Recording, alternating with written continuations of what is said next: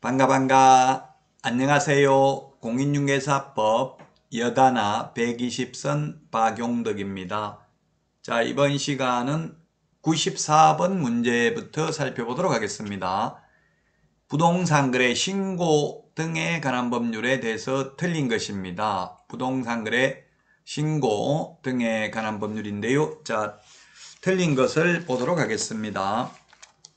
1번 국토부 장관 또는 시장군수구청장은 적절한 부동산 정책의 수립 및 시행을 위하여 부동산 거래 상황, 외국인 부동산 취득 현황, 부동산 가격 동향 등 이 법에 규정된 사항에 관한 정보를 종합적으로 관리하고 이를 관련 기관, 단체 등에 제공할 수 있습니다. 네, 맞는 이야기죠. 다음은 2번 지문입니다. 부동산 거래 신고 내용을 조사한 경우 신고관청은 조사 결과를 시도지사에게 보고하여야 합니다. 시도지사에게 며칠 이내에 보고한다는 말은 없죠. 시도지사에게 보고하라고만 되어 있습니다. 며칠 이내에 보고하는 것은 없고요. 그 다음에 3번이 틀린 정답이 되겠네요.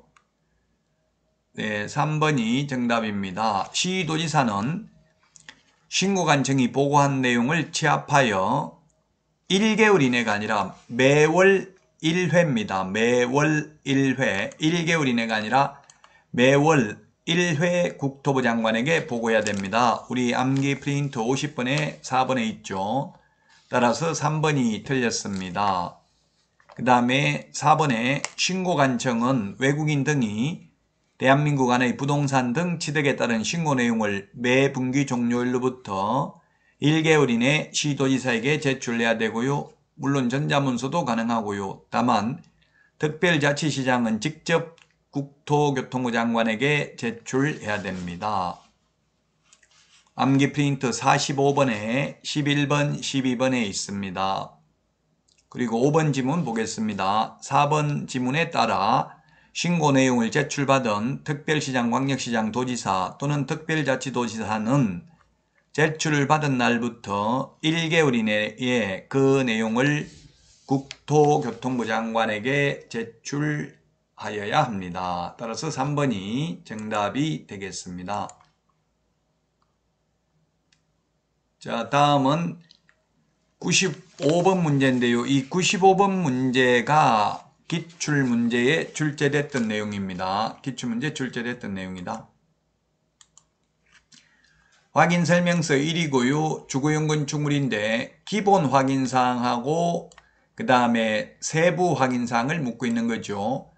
기본 확인사항은 개업공개사 혼자서 확인할 수 있는 게 기본 확인사항이고요. 세부 확인사항은 의뢰인에게 물어봐야 알 수 있는 게 세부 확인사항이 되겠습니다. 자, 그러면 먼저 세부 확인사항 보도록 하겠습니다. 소방. 소방 이거는 소화전 비상벨이 있는지 단독 경보용 감지기가 있는지 이것은 세부 확인사항입니다. 세부 확인사항은 실제 권리관계, 내외부 시설물의 상태, 벽면 및 도배 상태, 일조량, 소음, 진동 등 환경조건이 세부 확인사항이 되겠습니다. 따라서 세부 확인사항이고요. 내외부 시설물의 상태, 배수, 그 다음에 일조량, 소음, 진동 등 환경조건이고요.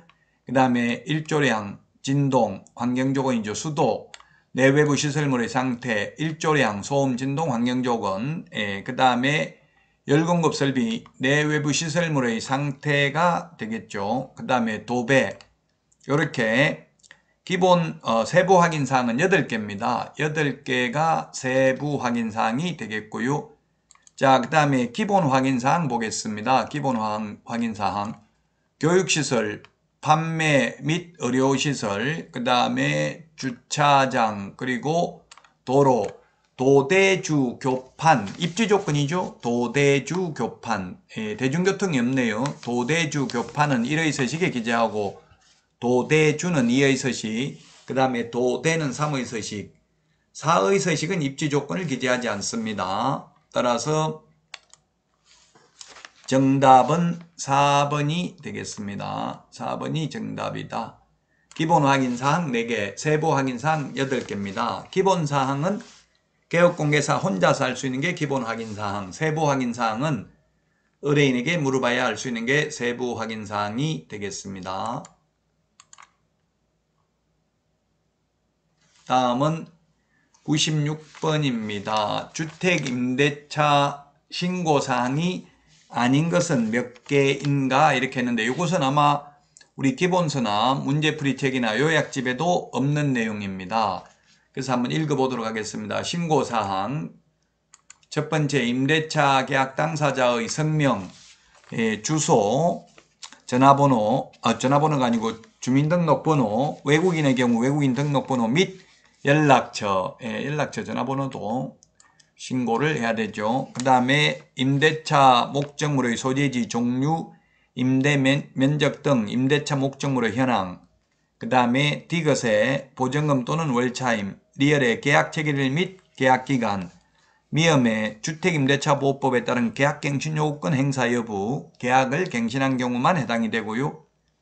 자, 비업이네요. 비업. 정답은 비업 하나만 아닙니다. 비업.